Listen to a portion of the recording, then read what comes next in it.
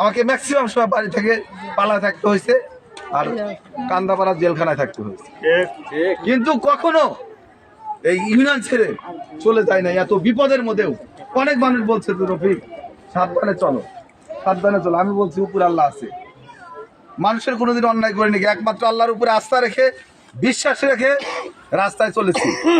এখন দল ক্ষমতায় গেলেও যেমন থাকবো, দল যখন ছিল না তখন এরকম থাকবো। আমরা চাই মানুষের ভালোবাসা নিয়ে বেঁচে থাকার জন্য। আল্লাহ পাক যদি তৌফিক দেয়, আল্লাহ পাক যদি তৌফিক দেয়, ইকবাল হাসান মাহমুদ টুকু ভাই যদি এমপি হয় নিঃসন্দেহে সে মন্ত্রী হবে। আর ভাই যদি মন্ত্রী হয় আমার সিরাজগঞ্জ ঠিক করা দরকার নেই।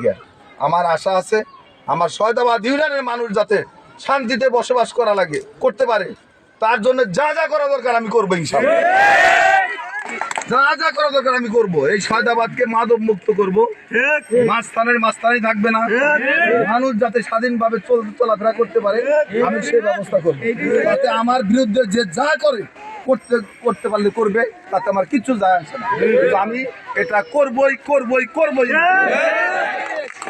আপনারা সবাই ভালো থাকবেন।